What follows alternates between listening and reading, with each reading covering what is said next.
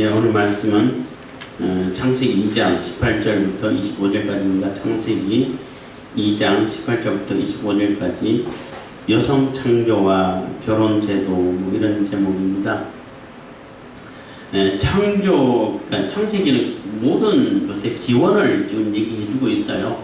기원을 얘기해주고 있는데 창조 사역을 1장 25절까지 또 2장 1절 3절까지 안식일까지 제정하시고 시작됨을 얘기하면서 2장에는 다시 이제 족보를 얘기하기 위해서 구체적으로 다시 설명하는 데 있어서 설명하고 있습니다. 그 설명함에 있어서 인간을 창조하시고, 그래서 왜 인간이라고 그러냐 하면 아담이 여성 창조하기 전에는 이렇게 성의식이라고 할 수 있죠.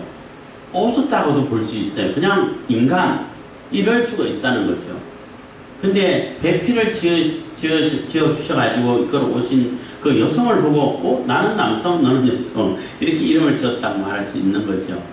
그런데 인간 창조하시는 데 있어서 굉장히 독특한 방법으로 아주 특별하게 지어졌다는 거죠.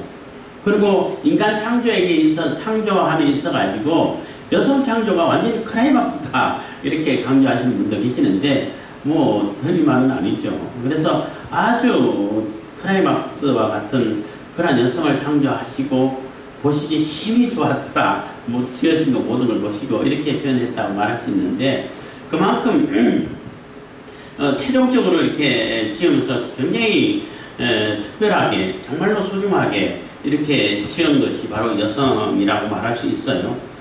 물론 남성 인간도 굉장히 중요하고 하나님 형상으로 받았기 때문에 아주 독특하고 특별한 존재죠. 그런데 특별한 존재인데 하나님께서 이렇게 천지 만물을 지으시고 아담을 지으시고 보시기에 그 좋지 못한 것이 있다라고 했는데 그 좋지 못하다는 얘기는 나쁘다는 얘기가 아니에요.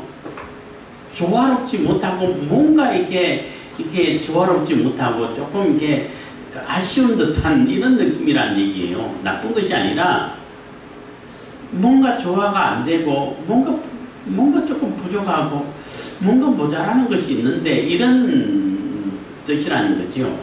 그래서 여성을 창조하셨는데 다른 모든 동물들은 그냥 뭐 말씀으로 창조하시고 또 뭐 흙으로 지어서 창조할 때도 있고 했지만은 그냥 지으셨어요. 그렇지만 인간은 굉장히 독특하게 지으셨고 그러므로 인해가지고 결혼 제도를 이렇게 만들어 주셔서 그 가정 공동체를 세우게끔 하신 것이 하나님이신데 많은 의미가 들어있죠. 그래서 먼저 18절입니다. 여호와 하나님이 가라사대 사람의 독처하는 것이 좋지 못하니 내가 그를 위하여 돕는 배필을 지으리라 하시니라. 그래서 혼자 있는 것이 보기 안 좋다는 거예요. 조화롭지 못하고 뭔가 부족하고 뭔가 이렇게 완성되지 못한 그러한 모습이라는 거죠. 그래서 독처하는 홀로 사는 것이 별로 좋지 않은데 그래서 옛날 어르신들은 뭐 저도 결혼 늦게 했습니다. 결혼 정년기가 되면은 결혼을 해야 되는데 걱정이 한 집이죠. 뭐 빨리 결혼해야 되는데 그래서 집에 가면 맨날 결혼 얘기하고 언제 결혼할 거냐고 막 압박을 주고 그래서 그 얘기 듣기 싫어서 집에 안 내려가고 이런 경우가 있는데 어쨌든 간에 혼자 독차하는 것이 결코 바람직한 모습이 아니라는 거죠. 뭐 또 제 친구들 중에서는 또 결혼 안 하면은 뭐 애다 그래가지고 뭐 결혼한 친구들끼리 따로 모여 지내고 이제 뭐 왕따는 아닌데 그 농담으로 그냥 그 결혼 안 하면은 그냥 상대 안 해준다 그러기도 하고 막 그랬었는데 어쨌든 혼자 사는 것이 별로 바람직한 모습은 아니에요. 조화롭지 못해요. 그래서 결혼을 해야 되고 결혼을 통해 가지고 뭐 종족을 번식해가고 언약의 후손을 이어가야 되는 거예요. 근데 요즘은 점점 뭐 출생률도 낮아지고 자꾸 독처하는 것을 장려하지요. 그리고 후손 번식하는 것을 못하게 막아가는 그러한 풍조를 자꾸 이게 퍼뜨리고 있죠. 뭐 동성애라든지 뭐 하는 것을 통해 가지고 뭐 심지어는 캐나다 같은 경우는 짐승하고 결혼하는 것도 허용이 돼. 아내나 남편이 고양이나 개가 돼. 그게 무슨 짓이에요, 그게. 동성애도 결혼을 허용하는 것도 창조 질서를 파괴하기 때문에 안 되는데, 짐승하고 결혼을 한다는 것 자체가, 그거 참 코미디도 아니고, 뭔 짓이냐는 거예요. 정말로 그 유튜브 뭐 검색하고 하는 뭐 어떤 지금은 있는지 모르겠습니다만, 그 유튜브 이렇게 설명하는 사람이 내가 독자들의 요청이 있어서 검색하는데 내가 왜 이런 더러운 것까지 검색을 해야 되냐고. 너무나 더럽고 뭐 생각하는 것 자체가 더럽고 뭐 가정스럽고 이게 이렇다는 거예요. 이게 검색만 해도. 근데 계단에서 그거는 합법적으로 결혼이 성사가 된다는 거예요. 말이 안 되죠. 하여튼 그런 모습인데, 이 점점점 하나님의 창조 질서를 파괴해가는 것이 오히려 뭐 개혁이고 개선이고 뭐 진보고 이런 식으로 인식을 자꾸 왜곡시켜서 심어준단 말이에요. 그게 굉장히 잘못된 거예요. 그거 심판받을 일이에요. 어떤 청년이 저한테 물었어요. 왜 동성애가 죄가 되고 왜 안 되는 거냐고. 그래서 제가 대답했어요. 간단하게 대답했어요. 창조 질서를 파괴하는 것이기 때문에 그 죄가 되는 거라고. 사람들은 죄로 여기지 않을지는 모르겠지만은 하나님은 분명히 죄로 여기신다고. 차별금지법 얘기 막 나올 때도 제가 얘기했습니다만은 한국법은 아직 바뀌지 않았기 때문에 어쨌든 그렇고, 또 외국의 법은 이미 통과된 법도 있는데 그 나라 법에 의해서는 그게 죄가 되는지 안 되는지 그건 몰라. 나 법의 전문가가 아니기 때문에 그 법 전문가에게 갖다 물어보세요. 난 거기에 대해서 죄다 아니다 판단해가 내릴 수 있는 전문가가 아닙니다. 그렇지만 성경을 근거로 해서 하나님의 창조 질서에 근거로 해서 하나님의 법에 근거를 해가지고는 분명히 지금이다. 그거는 가정이 이기는 것이고 돌로 쳐 죽이라고 그랬어요. 그렇다고 해서 지금 돌로 쳐 죽여서는 안 됐죠.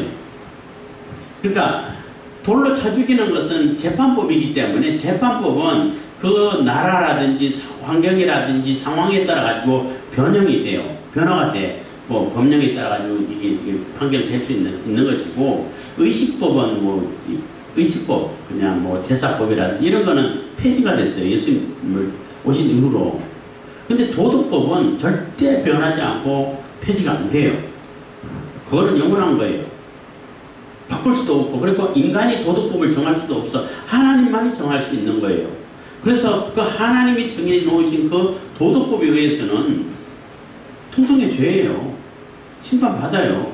짐승하고 결혼한다는 자체가 그 말도 안 되고 정말 코미디도 아니고 정말 웃기는 짓인데 죄지요. 하나님은 인간을 배필로 삼으신 거예요. 그래서 여기 돕는 배필을 지으리라 했는데 요걸 가지고 이제 해석이 과한 해석도 있고 있는데, 돕는 배필이다 라고 했는데 처음에는 돕는다 하니까 그냥 보조 정조로만 생각해가지고 여성보다 남성이 우월하고 여성은 그냥 남자들의 보조 역할을 하는 것만 하는 정도밖에 안 된다 이렇게 생각할 때가 있었어요. 그런데 그렇지 않다는 거죠. 여기서 돕는 배필할 때 그 돕는다는 그 단어가 굉장한 단어예요.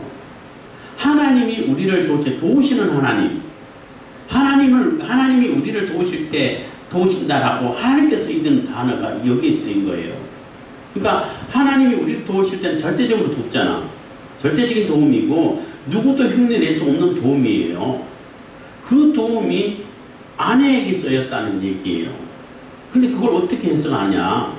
그래서 여성이 더 능력이 많기 때문에 능력이 크고 많은 자가 약한 자를 돕는 것이 여성이 더 높다. 이렇게 여성 우월주의를 자꾸 하는 게 그 얘기가 아니고, 사실은 남성이 우월하다 이 얘기가 아니고 여기는 생명하고 관계된 거예요. 생명하고. 유전자를 전파하기 위해서, 우리가 후손을 남기기 위해서는 남자가 여성의 도움이 없으면 안 돼. 불가능한 거예요.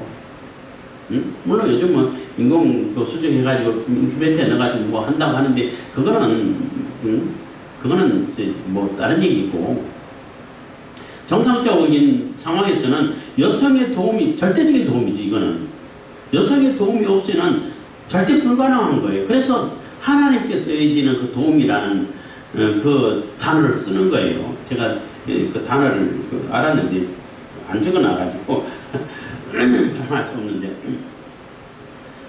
그러니까 내 유전자를 전파하고 내 후손을 남기기 위해서는 여성의 절대적인 도움이 필요한 거예요. 그래서 여성의 도움이 없으면 절대 못하는 거예요. 그래서 돕는 배필이라는 표현을 쓰는 겁니다.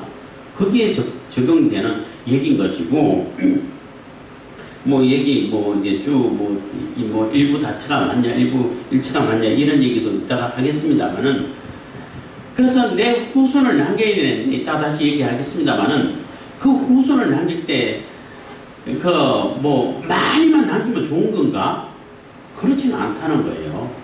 이제, 연애 상담하고 하는 그런 유튜브가 있는데, 여성은 절대 이해 못하는 그런 남성의 특성이 있어요. 남성은 근데 그 질문이 무슨 질문이냐면은, 정말 예쁜 아내를 얻었는데, 왜 남편이 바람을 피냐는 거지. 정말 예쁜 아내를 얻어가지고 예뻐가지고 결혼했는데 왜 그 남편이 다른 여자하고 별로 예쁘지도 않은 여자하고도 바람 피냐는 거예요. 그게 어떻게 가능하냐. 근데 남자들은 가능해요. 예쁘고 안 예쁘고 내가 사랑하고 안 사랑하고 떠나가지고 그게 가능해요. 왜냐하면 이게 종족 번식의 본능이 있어가지고 아무런 그 감정의 그것도 없이도 가능해. 남자들은. 여자들은 불가능하지만. 그래서 많은 여성을 거느릴 수 있게 되고, 거느릴 수 있게 되는데, 그게 좋은 거냐? 그게 창조 질서에 맞냐? 안 맞아요. 하나님은 언약의 후손을 남기기를 바라는 것이지, 언약 외에 후손을 남기게 되면은, 결국은 그 부작용으로 인해가지고 갈등만 야기돼요. 벌써 얘기를 다 했습니다. 다 하고 있습니다만은, 굳이 예를 든다면은, 아브라함의 예를 한번 들어보세요. 아브라함의 언약의 약속은 이삭 하나밖에 없어요. 그 언약의 후손이라는 것은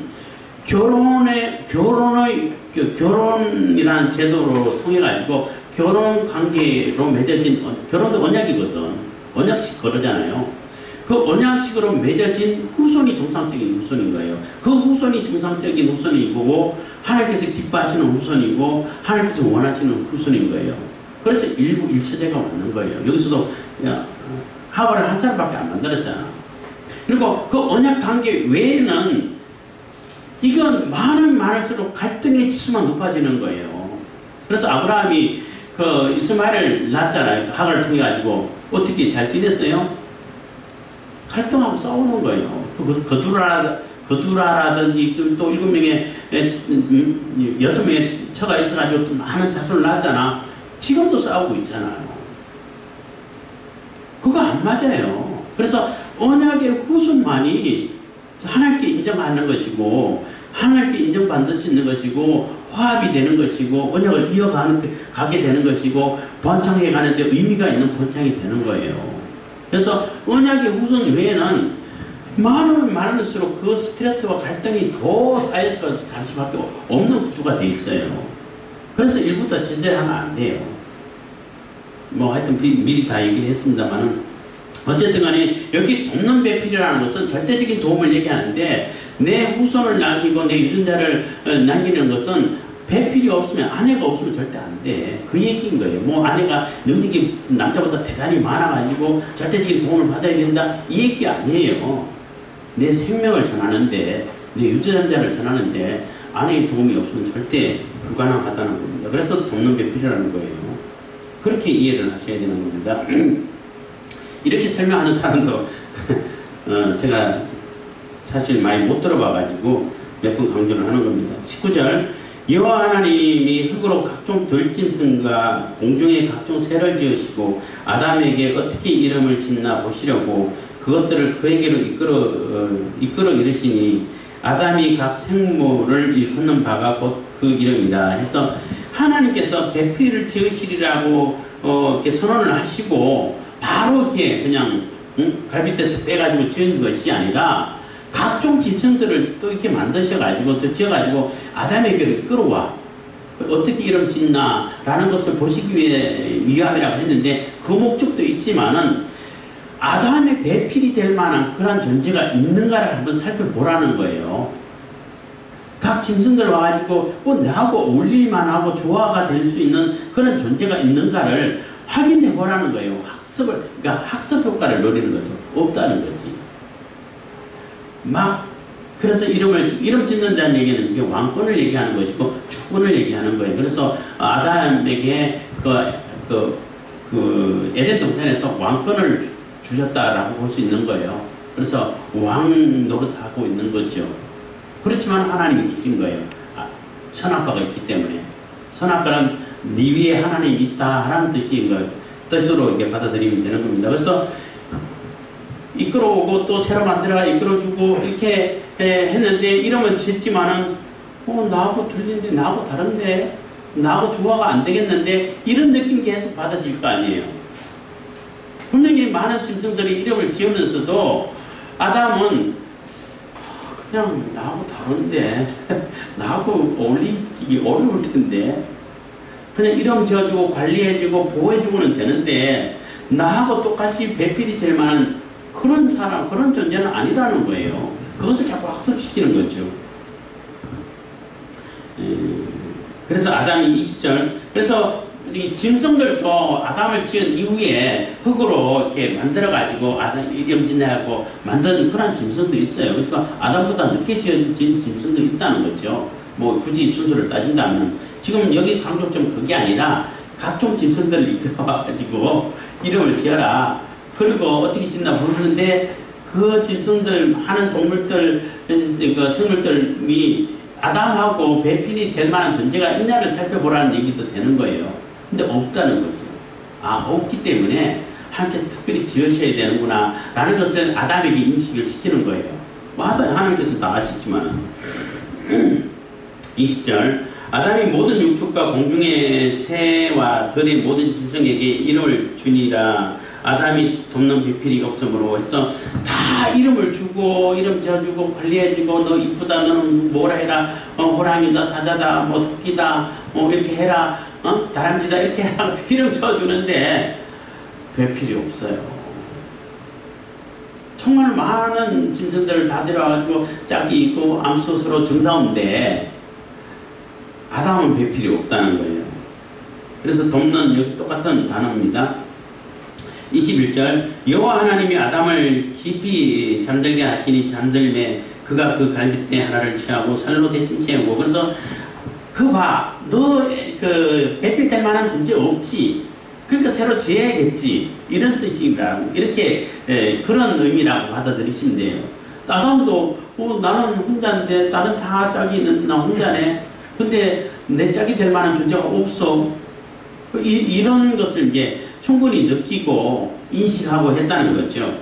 그래서 그러한 인식을 가진 다음에 그때 이제 하나님께서 이제 지으신다는 거예요. 그래서 여호와 하나님이 아담을 깊이 잠들게 하시니 그래서 요즘 말로 하면 전신마취라고도 볼 수 있는 거예요. 깊이 잠들게 하시고 전신마취해서 아주 고통 없이 그가 그 갈빗대 하나를 취하고 살로 대신 채우고 그래서 왜 갈빗대를 취했을까? 이것도 이제 분분해요. 의견들이 뭐 설명들이 많아 의미를 많이 들 수 있는데 이 갈빗대 그래서 갈빗대는 그 발뼈도 아니고 머리뼈도 아니고 중간이기 때문에 동등하다 뭐 이렇게 설명 많이 한 적은 맞아요. 뭐 그런 의미도 있는데 가장 중요한 설명은 갈빗뼈가 하는 역할이 뭐냐는 거예요.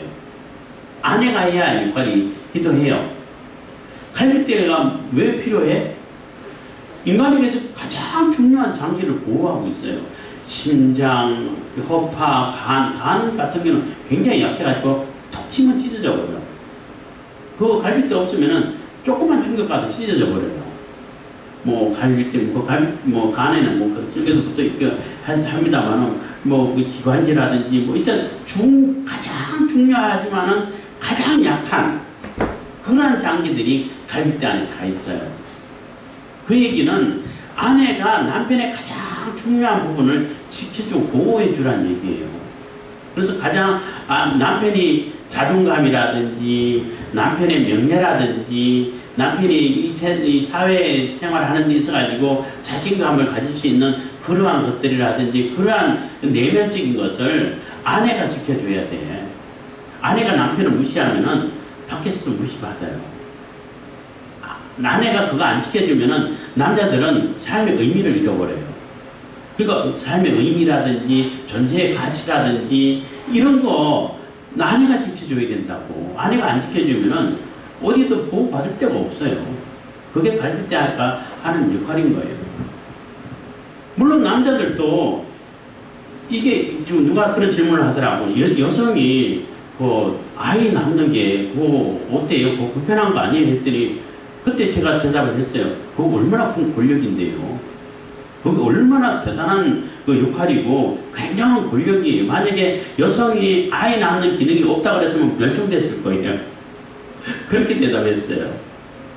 그러니까 내 유전자를 전하고 내 생명을 전하고 내 후손을 전하는 아내이기 때문에 내가 절대적으로 목숨 걸고 지켜야 되는 거예요.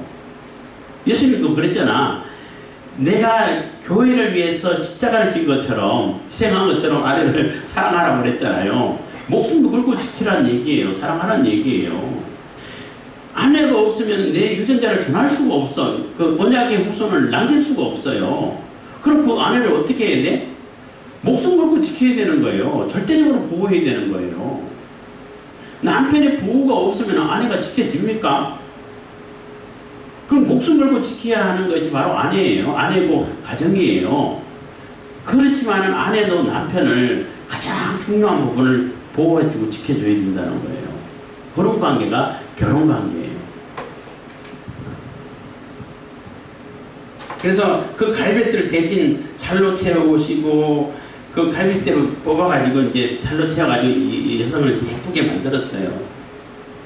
22절 여호와 하나님이 아담에게 취하신 그 갈빗대로 여자를 만드시고 그를 아담이 끌어오시니 아담이 가로되 이는 내 뼈 중에 뼈요 살 중에 살이라 이것을 남자에게서 취하였은즉 여자라 칭하리라 해서 이제 남성과 여성이 생기는 거예요. 인식이. 물론 아담 만들 때부터 남성으로 만들었지만은 남성이라는 그 인식 자체가 안 들어있다는 거죠. 여성을 보고 남성의 인식이 생기고 여성의 인식이 생기는 거예요. 그래서 남성성, 여성성이 생겼는데, 가장 이게 짧고도 아주 핵심적이고 아름다운 시가 한 편이 나온 거죠. 내 뼈 중에 뼈요, 살 중에 살이라는 얘기는 한마디로 얘기하면, 나네? 내가 여기 있네? 라는 거예요. 그러니까 안에 하와와 아담이 따로따로 떨어져 있지 않다는 거예요. 똑같은 몸이고 똑같은 뼈라는 얘기예요. 그래서 제가 설명할 때 왜 갈비뼈를 빼가지고 만들었을까? 그냥 따로 흙을 만들어가지고 지어가지고 네 안에 해도 되잖아요. 할 수도 있잖아요. 하나님이시니까. 근데 왜 몸에서 뺐냐 할 때에 이게 중요한 게 기분 좋고 사이가 좋을 때는 아무런 문제가 안 돼. 근데 이게 죄 짓고 막 사이가 나빠질 때는 죄 나랑 달라요. 이렇게 한단 말이에요. 그러니까 다른 흙에서 만들어졌다면은 똑같은 흙으로 따로 만들었다면은 왜 나랑 다른데 뭐 짐승이나 뭐 다른 거하고 똑같이 다른데 난 몰라요. 이렇게 되어버린단 말이에요. 그래서 절대 그게 안 되게끔 한 몸이야, 같은 몸이야, 같은 뼈야. 절대 분리가 안 돼. 이 얘기를 하고 싶은 거예요. 남성과 여성은 분리가 안 돼. 사실은 똑같아요. 뭐 인권이고 모든 것이 다 똑같아. 하나로 인정하시고 여기시고 취급하신다는 거예요. 그리고 여기서 또 재밌는 질문. 그러면 남성은 여성보다 갈비뼈가 하나 모자랄까? 하나 뺐으니까. 근데 절대 안 모자란다는 거 똑같다는 거예요. 그러니까 그 의학적으로는 남성과 여성의 갈비뼈를 보고 갈비뼈만 보고 분별을 할 수 있나 하면 못한다는 거 똑같아요. 그럼 하나 뺐는데? 그러니까 이제 창조과학회 그 유튜브 하는 분이 그런 설명을 해놓더라고요. 아담은 하나 모자라. 첫째 인간은 하나는 뺐으니까 모자라죠. 근데 아담 이후 가인, 아벨부터는 이후의 생존부터는 똑같다고. 왜냐하면은 유전자 자체가 예를 들어 이렇게 작업을 하다가 손가락 하나 잘라졌어. 잘라지면 그 유전자가 잘라진 상태로 만약에 후손이 생긴다 그러면은 지금 있는 인간은 인간 자체도 안 되죠. 귀 떨어진 자, 발 잘린 자, 다리 잘린 자, 그런 유전자가 있으면 되겠냐 하는 거죠. 이 복원 능력이 있어가지고 유전자가 손이 잘리고 팔이 잘려졌다 하더라도 후손은 정상으로 다 나와요. 그러니까 아담이 갈비뼈가 하나 빠졌다 하더라도 그 다음 후손은 정상적인 갈비뼈로 남성 다 태어나요. 그래서 전혀 그 차이가 안 생겨요.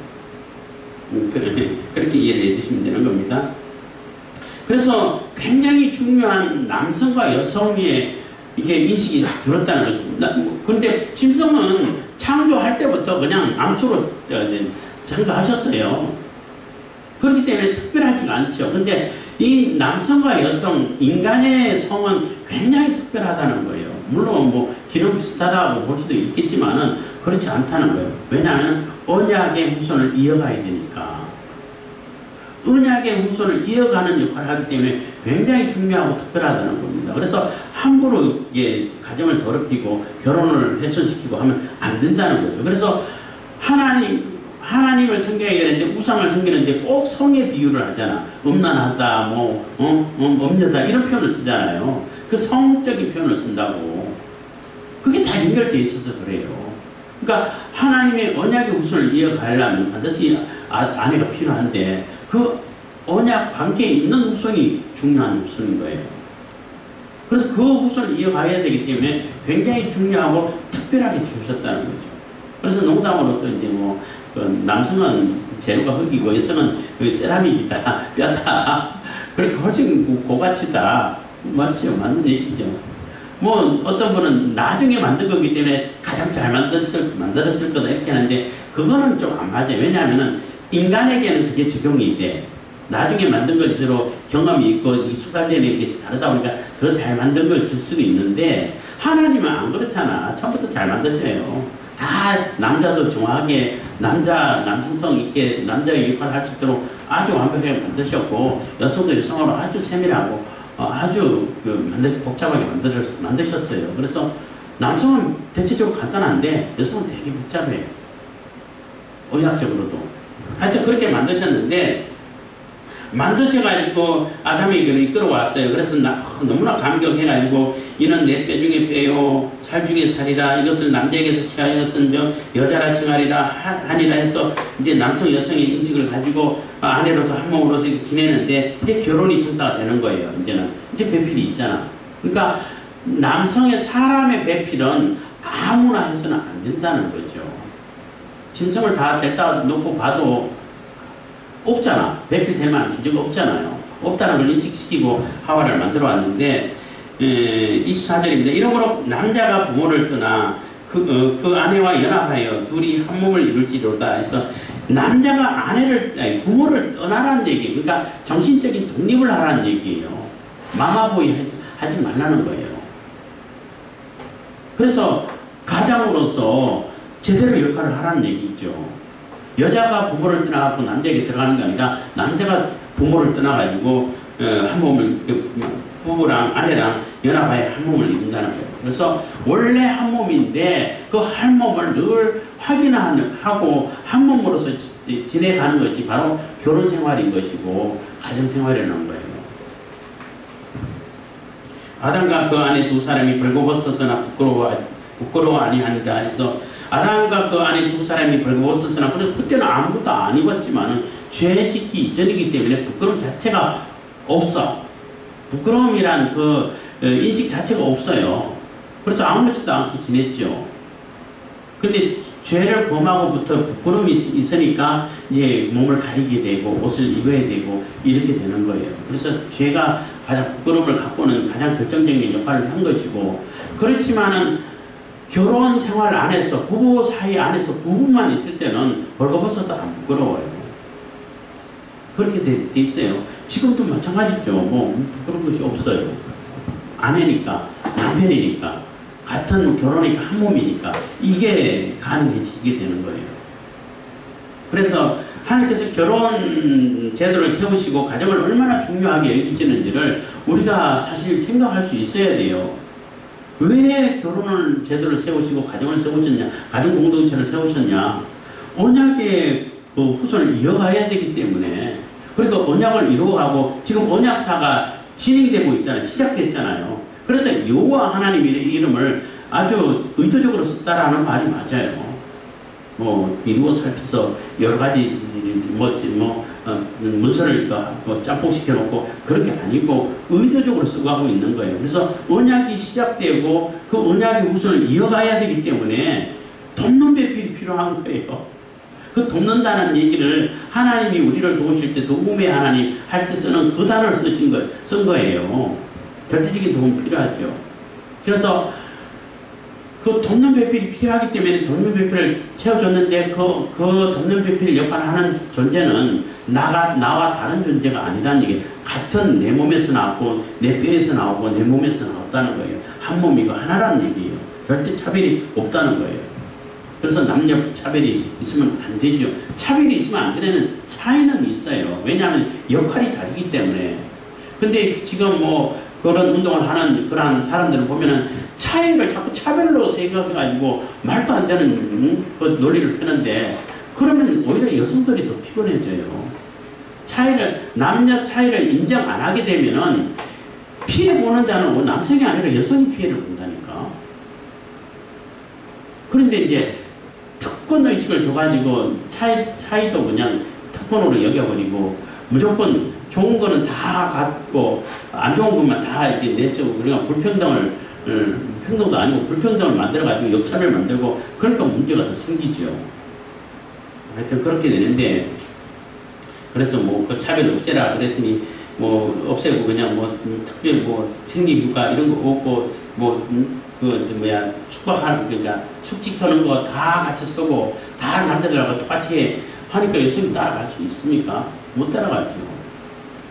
그러니까 원래대로 돌아간다고 그러고 뭐 축구 얘기도 이제 다 끝났는데 축구 얘기도 할 때 뭐 남성 축구는 뭐 얼마만큼 비싼데 여성 축구는 거기에 너무 낮다. 사실 남성 축구가 아니에요. 그냥 축구예요. 근데 왜 남성 축구를 안 하고 여성 축구는 여성이라고 이름 붙이는데 남성이 이름 안 붙이냐 뭐 이렇게 주장하는 사람들이 있는데 원래 그 여자 참석해도 돼. 남성 축구는 여자 선수가 들어가도 돼요. 안 막아. 근데 실력이 되면은 된다는 거예요. 근데 실력이 안 되잖아. 그 운동 기능이라든지 이런 거는 원래 차이 있게 만드셨기 때문에 따라갈 수가 없어요. 그 기능적인 면에는 못 따라가. 그리고 여자 국가대표랑 중학생 그 대표랑 경기해도 여성이 못 이기는데 중학생 그 대표랑 남자 대표 있잖아. 대표랑 여자 국가대표고 성인 대표랑 했는데 못 이겨요. 그만큼 기능적인 차이가 있기 때문에 그래서 보호하는 목적에서 여성이라는 이름 붙이는 거예요. 여기는 남성 들어오면 안 돼. 들어오면 경기가 안 되잖아. 근데 이제 성전환 수술 해가지고 여성 경기에 참여해가지고 완전히 다 싹 쓰고 그거는 불평등하죠. 그거는 불공평한 거죠. 그러면은 남성 경기, 여성 경기 또 트랜스젠더라면 트랜스젠더 경기를 따로 만들어야지. 왜 그걸 여성에게 갖다 붙여요? 그런 기능 차이가 많이 나버리는데. 그래서 차이는 인정해야 돼. 인정하는 것이 보호를 받는 거예요. 차이를 차별로 생각하면 안 돼. 근데 차별은 하면 안 되죠. 그걸 잘 기억하셔야 돼. 그런 인식을 꼭 가져셔야 돼. 차별은 하면 절대 안 돼. 근데 차이는 인정해야 되는 거예요.